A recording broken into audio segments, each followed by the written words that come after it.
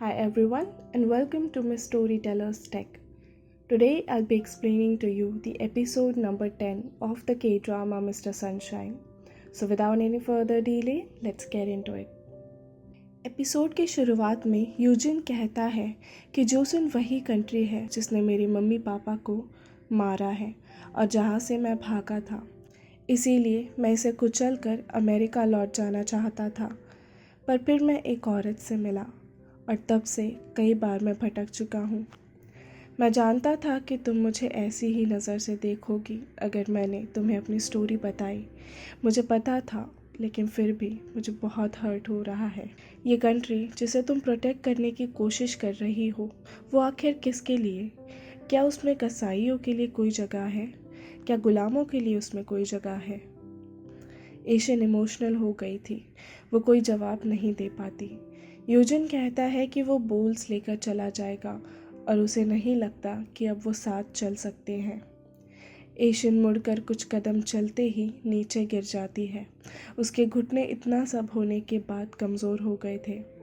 Eugene उसे अपने हाथों का सहारा देकर खड़े होने में मदद करता है। वो उससे अब आंखें नहीं मिला पा रही थी। वो उसे थैंक्स कहकर वहाँ से चली जाती है। मिनिस्टर ली से हुन की मिस्ट्रेस सारा सोना लेकर हीना के पास आती है। वह उसे उसकी एक ड्रेस के बदले एक सोने का बिस्किट ऑफर करती है ताकि वो भेस बदल कर जोसन से बाहर निकल सके। पर हीना उसका सारा सोना मांगती है, ये कहते हुए कि चाहे तो वो उसे एक देशद्रोही के मिस्ट्रेस के तौर पर गिरफ्तार करवा सकती है, लेकिन अगर वो उसे अपना सोना दे देगी तो शायद वो ऐसा ना करे। वैसे भी सोने से ज़्यादा कीमती तो जान ही है। इधर वानिक को लगता है कि ली से हुन इतना चालाक नहीं था कि उसके हाथ वो डॉक्यूमेंट लगे। वो ज़रूर ली जोंग मुन के जाल में फंस गया होगा, लेकिन उसकी मौत से फ़ायदा हो ऐसे बहुत लोग हैं, तो आखिर किसने ऐसा किया होगा? इधर किंग ली जोंग मुन से पूछते हैं कि अब डिपॉजिट इस्तेमाल करने का सबसे अच्छा तरीका क्या होगा। ली जोंग मुन कहते हैं कि अगर कभी भी वॉर हुआ तो जोसन को सबसे बड़ा लॉस होगा, इसीलिए उन्हें रॉयल मिलिट्री एकेडमी फिर से स्थापित करनी चाहिए। किंग चाहते थे कि उसके लिए क्यों न यूजिन को ये काम सौंपा जाए, क्योंकि वो जापानीज़ की तरफ से तो बिल्कुल नहीं है और वो उन्हें धोखा नहीं देगा। पर ली जोंग मुन अभी भी श्योर नहीं थे कि यूजिन क्या सच में जोसन की तरफ है, इसीलिए वो उसके बारे में और जानकारी इकट्ठा करने की बात करते हैं। किंग चाहते थे कि बस वो जल्दी करे। वो कहते हैं कि न जाने क्यों वो उसकी तरफ खींचे चले जाते हैं। हीना ली से उनका घर खरीदना चाहती थी, जिसके लिए वो ली जोंग मुन से मिलने आती है।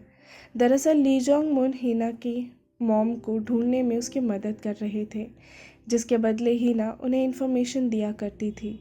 ली जोंग मुन उससे यूजिन के बारे में जानकारी चाहते थे कि हीना को उसके बारे में क्या लगता है।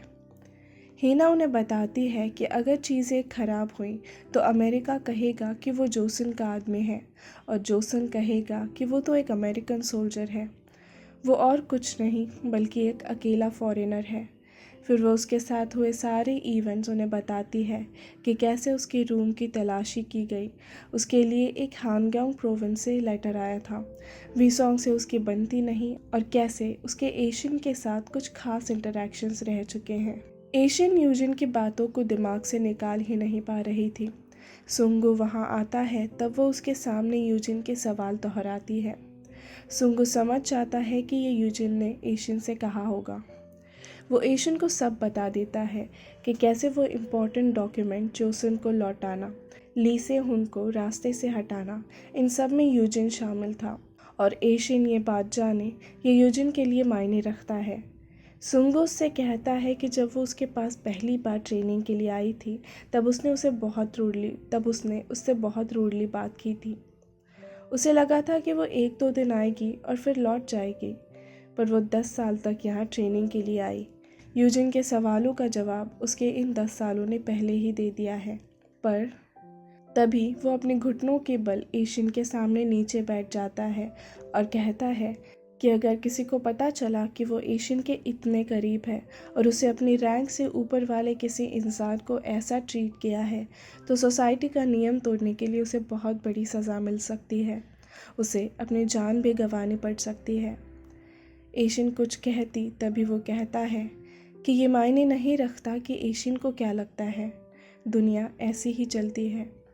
तो वो जो सोच रही है वो नहीं हो सकता।